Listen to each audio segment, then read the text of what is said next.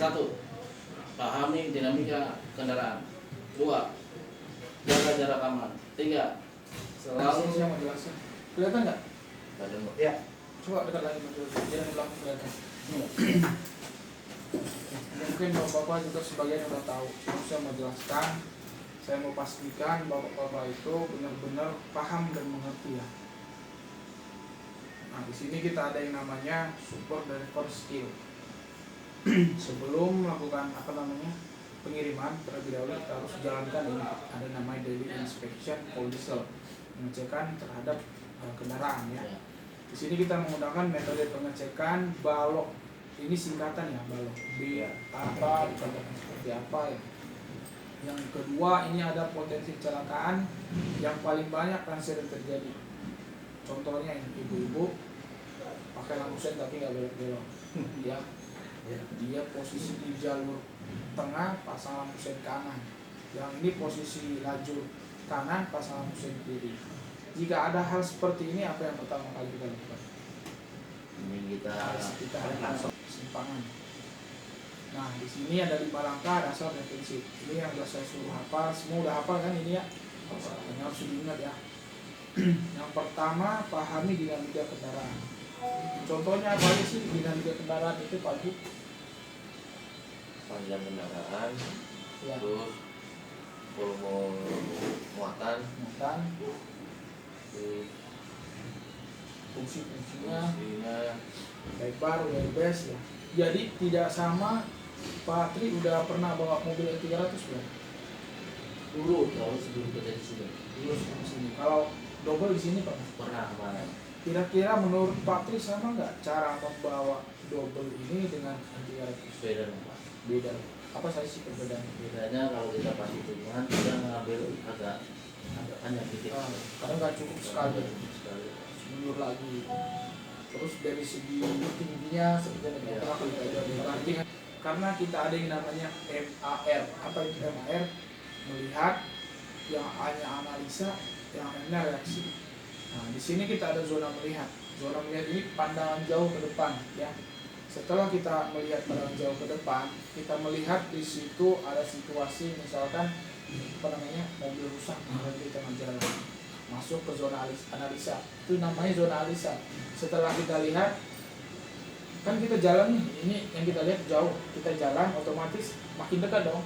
Setelah makin dekat, masuk ke zona analisa. Kita menganalisa ada apa sih di depan, ada bahaya ya, ada potensi bahaya, mobil berhenti di tengah jalan. Terus setelah masuk zona analisa, sambil berjalan, kita masuk ke zona reaksi. Apa zona reaksi? Reaksi apa reaksi? reaksinya kalau tindakan. Tindakan ya, reaksi. Ini menggunakan metode 4 detik.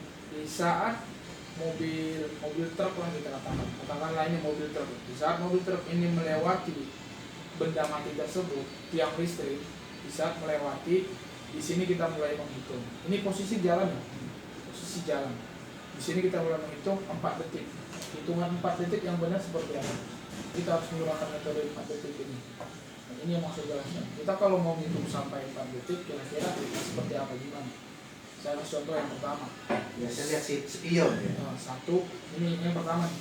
Hitungan 4 detik saya benar. Yang benar yang mana? Yang satu apa yang dua? Yang satu versi pertama itu 1, 2, 3, 4. Versi kedua 1, 2, 3, 4. Yang benar versi keberapa? Kedua. Yang kedua. Apa yang keberapa? Kenapa yang kedua? Ya kalau yang pertama itu Terlalu cepat.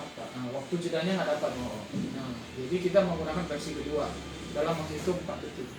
Jadi dalam 1 detik ini kalau kita katakan 1, itu kadang salah jedanya ya. Jadi kita tambahin aja ini 1000 dan 1, itu udah 1 detik. 1000 dan 1 tik pas 1 detik ya.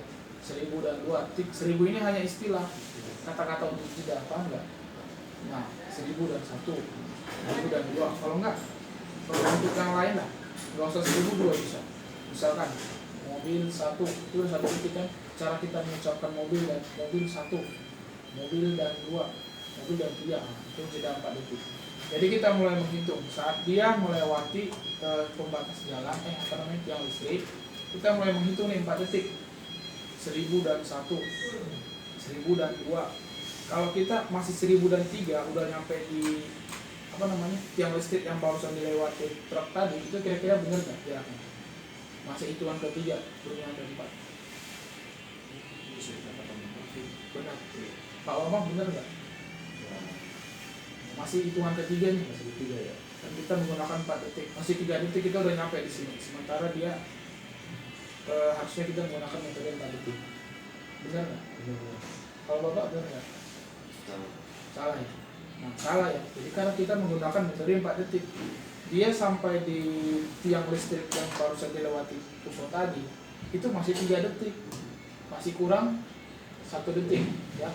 Berarti apa yang harus dilakukan? Kurangan kecepatan. Kalau kita hitungnya di sini pas 4 detik, 1000 dan 1, 1000 dan 2, 1000 dan 3, 1000 dan 4. Pas di sini 1000 dan 4. Berarti Tapi udah benar. itu kan tergantung dari jarak aman kita itu sebetulnya. Iya, ada banyak untuk jaga jarak aman, ada 3 langkah yang bisa dijelasin. Ini salah satunya contohnya. Nah, jadi kalau kita sudah pas hitungnya 4 detik di samping jalan ini, itu baru bisa dikatakan benar. Kalau kita melewati, kira-kira terlalu cepat ya. Itu yang saya bilang tadi. Kalau kita belum belum melewati tapi sudah 4 detik, itu jarak paling aman berarti. Saya tambahkan lagi untuk jarak aman ini tergantung dari kecepatan. Kalau kecepatan kita di 70 km berarti jarak amannya 50 meter. Kalau 60 meter.